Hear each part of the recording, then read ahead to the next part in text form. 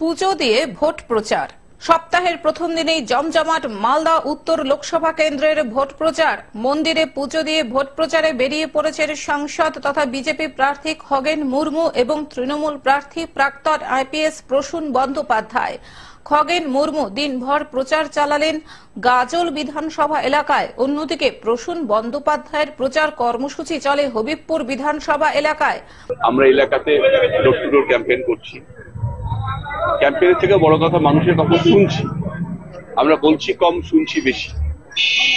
আমরা জানতে চাইছি যিনি সাংসদ ছিলেন এত বছর, যাকে মানুষ ভোট দিয়ে নির্বাচিত করেছিল, তিনি কি কাজ করেছেন সেটা মানুষের মুখ থেকে শুনতে চেয়েছি নিরপেক্ষভাবে। আপনারা অনেকেই সঙ্গে ছিলেন বা হয়তো দূরে ছিলেন, এখনো পর্যন্ত কেউ কিছু বলতে পারছেন না যে সাংসদ এখানে কি কাজ করেছেন। যত সামনের দিকে যাব, আমার মনে হয় এই ছবিটা আরো স্পষ্ট হবে যে সাংসদ এখানে কোনো কাজ করেননি।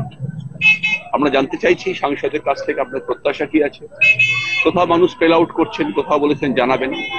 সব মিলিয়ে আজকের প্রচারে আমরা খুব ভালো সাড়া পেয়েছি। মানুষ রিসেপটিভ আছেন, আমাদেরকে ওয়ার্ম ওয়েলকাম জানাচ্ছেন। আমরা কথা বলছি একদম ইনফরমালি, এখানে কোনো স্ট্রাকচার এরকম বিষয় নেই। এখানে আমরা মানুষের সাথে বসে কথা বলে এলাকার সমস্যাটা বোঝার চেষ্টা করছি। একটা কথা খুব পরিষ্কার পরিচ্ছন্ন বেরিয়ে আসছে যে আগের সাংসদ এই ভূমিকা মানুষের জন্য কিছু করেন। ভোট প্রচারের ফাঁকে দুই প্রার্থী জেতার ব্যাপারে আত্মবিশ্বাস প্রকাশ করেন। একই সঙ্গে প্রতিদ্বন্দ্বী প্রার্থীকে গুরুত্ব দিতে চাননি দুজনের কেউই।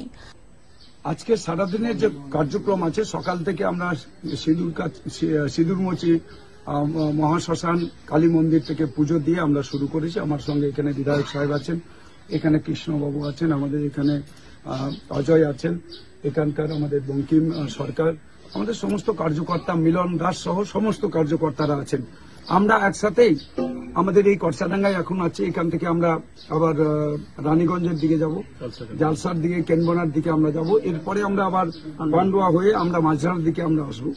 প্রত্যেকটা গাজলের বিভিন্ন অঞ্চল পরিক্রমা করব, এটাই আমাদের ঠিক আছে। আমরা মানুষের বাড়ি বাড়ি যাব, মানুষকে আমরা বোঝাবো, মানুষকে আমাদের দেশের প্রধানমন্ত্রী নরেন্দ্র মোদীজির তার যে সমস্ত জনকল্যাণমূলক প্রকল্পগুলো আছে, এই প্রকল্পগুলোর কথা আমরা জানিয়ে দেবো। যেটা মালদা থেকে অভিষেক দাসের রিপোর্ট, গ্লোব নিউজ। এখন থেকে গ্লোব টিভি দেখুন আপনার স্মার্টফোনেও। গুগল প্লে স্টোর অথবা অ্যাপল স্টোর থেকে ডাউনলোড করুন গ্লোব টিভি লাইভ অ্যাপ। এছাড়াও জিও টিভি অ্যাপ থেকেও দেখুন গ্লোব টিভি লাইভ।